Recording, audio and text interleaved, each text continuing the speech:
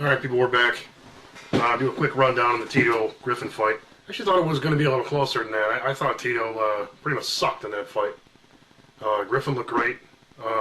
Griffin pretty much implemented his game as far as the same match that he pulled off with Rampage. I mean, he fought Rampage, a lot of kicks, a lot of offense to kind of throw Rampage off, more or less. Because Rampage's got a great offense, but he's more of a straight-ahead puncher, not a whole lot of kicks. You know, at least in his last fights that I've seen. I've never really seen him to be much of a kicker, but granite chin, so you know, as we've seen, nobody's really knocked him out. Griffin did awesome in that match, as just the same way he did with the Tito match. Tito match, Tito versus Forrest Griffin.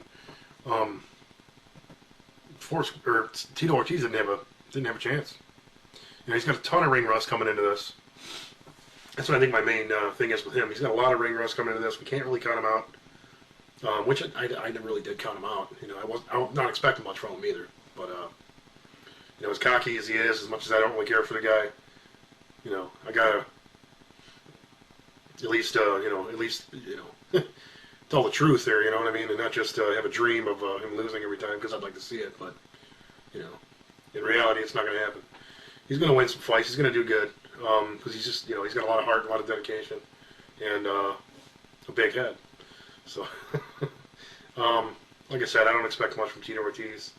Coming up anytime soon. I think he's got a few fights he's got to come in and kind of work his way back up. You know, first fight's not going to say much for him. He built it up like he was going to kill Forrest, and he didn't. Not even close. Sorry. He failed miserably. And the funniest thing about that fight was that when everything was said and done, and he gets up to the mic, and he's making all his excuses as usual. Always excuses. Excuse after excuse after excuse. Oh, I'm in great shape. I'm in great health. I feel better than I ever have. No, I'm coming to this fight with a fractured skull. I'm coming in with it. I mean, come on, man. How many excuses can you make? You know, he's just ridiculous with excuses. That's one of the things I really don't like about the guy. But, I don't know. Hopefully he can get his crap together, and a few more losses, I'm sure will humble him, but maybe not. That guy's pretty amazing as far as how much he loves himself. But anyway, taking a kind of a look ahead. Anyway, great job, Forrest, and Ortiz. You can wither away and retire as far as I'm concerned. I really don't care.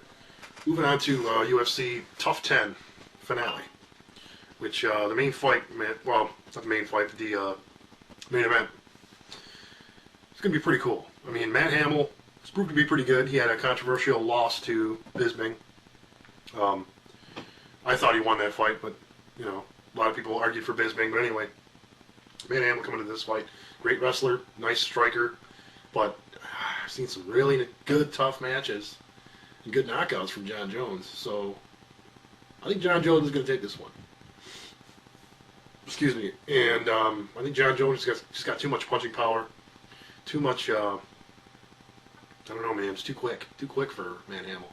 Matt Hamill can really get him on his back and keep him on his back, you know, for a lot of the 3 rounds, you know, which is a boring as hell fight. But if he could do that and kind of squash him into Matt's game, you know, then he's got a good possibility. But I think other than that, man, I don't think Matt Hamill's gonna fare that well. Of course, we haven't seen Matt Hamill fight in a while, so it could be the flip side, man. He may have been training a lot of boxing. You know, better punching, you know, for his game and stuff like that. So who knows, man? Really, we haven't seen him in a long time, like I said. And I think it'll be good overall, though. I think Jones will take it, quite possibly by knockout. It's not too hard to believe. The guy's pretty badass. So anyway, in that same night, another fight leading up to that one is Kimbo Slice versus Houston Alexander for the TUF 10 finale. That is going to be probably fight of the night, I think. I think Kimbo will do good. I think Kimbo will do good. He offensively, he always looks good, man. Always looks good. Good puncher, you know.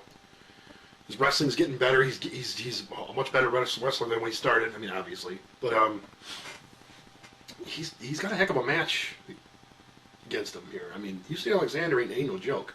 You know, Houston Alexander had a couple losses here on his way up. You know, so you know, with that being said, he's a great fighter, great knockout artist. He's proved that. But Kimbo catches him. let's see though. If Kimbo catches him, can Kimbo finish him? You know, we have, first of all, we haven't seen much ground pound from Kimbo yet. Kimbo's usually got the guy knocked out before he hits the ground. So, but anyway, I don't think Houston Alexander will be that kind of guy where you just knock him out in one punch. I really don't. But I don't know. I think overall he's not that kind of guy. But I think it will be a good fight. Tune in, check it out. Of course, you got the 2 winning heavyweights for TUF 10 also fighting, which we don't know who that is yet. I'm going to tune in Wednesday, get it figured out. Hopefully me and Destro will be doing a vlog on that also. Maybe tied up with UFC 107. Because 107 is going to be badass. Just a quick rundown of that. It's BJ Penn versus Diego Sanchez, the main event. Another fight that I'm dying to see is Cheick Congo versus Frank Mir. That is going to be badass. I don't wish anything bad on Frank Mir, I really don't, but I almost hope that Cheick Congo can kind of get his crap together here, you know, and get a little bit better wrestling under his belt. You know, get a little more wrestling training, because he doesn't need helping punches, man. His last few fights, he's nearly knocked out every one of his opponents in his last few fights, but he can't finish the job, man. So the guy really needs to step it up when it comes to that. So, with that in mind, that's going to be a sweet fight, and I think Frank's going to want that to stay on his, you know, on his feet. But, you know, after the second Brock fight, Frank Mir's not going to want to tangle with Cheick Congo too much, you know, on their feet, you know, throwing punches. So I mean, he's not going to have any problem getting Cheick Congo on his back, you know, unless Cheick Congo has you know, done some research, done some more wrestling game, you know, I mean, more wrestling training. I can really see it that he's going to aim for staying on his feet with him. Maybe try to knock him out, try to knock out Congo. This is Frank Mir's game. And then if he finds himself in trouble, he's going to take him down, because everybody can take down Cheick Congo. You know, it sucks. I love Cheick Congo. I'd love to see him come up and be in a run again to take on Kane again, because, like I said, man, he nearly knocked Kane out. Kane got lucky, man. Lucky to come back from that. Well, I can't take that away from either. Kane's a skilled fighter, you know what I mean? And he moved through adversity here, you know, I mean, and won the fight. But Cheick Congo nearly had him on his back and was ready to continue going. But I don't know. We'll see, man. We'll see how that'll turn out in 107. But what we got to come up next is TUF 10 finale, which I just ran down real quick. And we're going to see that, man. Me and Destro are going to get another blog on here to kind of run through those more in depth. Which people will probably chime in and say some nasty shit about us. Last blog I had about UFC 106. A couple of guys chimed in. A couple of guys called us fat fucks or something. It's like, come on, man. Do I really look fat? Come on, dude. Yeah, I probably got, 20, 30 pounds on you or something. Yeah, I hang out, I drink beers, I go out, I have a good time, whatever. I'm not a big workout guy. But dude, I'm not fat, okay? Let's get that straight. Don't be dumb, I didn't come to your house to call you a bunch of shit that ain't true, Did I? No. So, anyway. There was another gentleman that had, windpipes and nature and stuff like that, a video on his site. He had a comment, too, that's saying that, we should just shut the fuck up or something like that. But, anyway, he's a clown. I don't know. Like I said, he's a clown. I don't know what he knows about the fight game. He might know everything. I don't know. Like I said, we don't claim to know that we know everything. We don't claim that we know everything.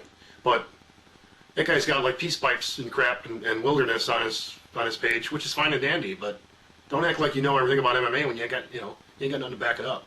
Put your face on camera, man.